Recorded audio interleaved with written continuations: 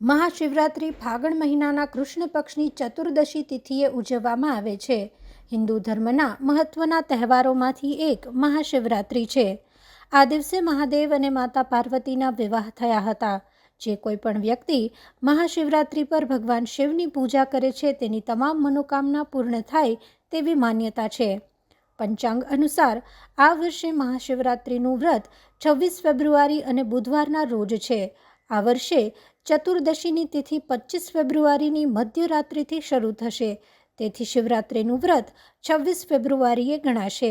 મહાશિવરાત્રિના દિવસે સવારે બ્રહ્મ મુહૂર્તમાં જાગી સ્નાન કરીને ઉપવાસ કરવાનો સંકલ્પ કરવો.